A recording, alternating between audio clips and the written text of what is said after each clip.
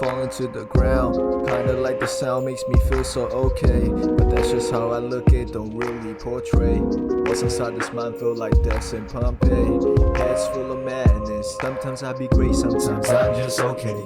Sunrise on my face, yet I still feel the rain pouring in my brain, drowning all my faith, making more mistakes, making imperfections. Kinda like the past where I've always had been. Dexter with no lab class, punching back shit. Hypocrites love me cause I was the baddest at socializing, but now pandemic's making me have the upper hand. But what difference does it make, cause I don't give a damn to what they think, as I already have some solid plans to spend my time to make this life into my neverland.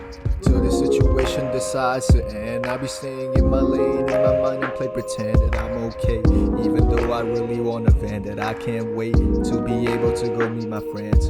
But COVID be something we gotta go to. I be feeling sad too, we all wearing the same shoes. Can't really just blame who caused another wave to come, cause now we mentally very unstable.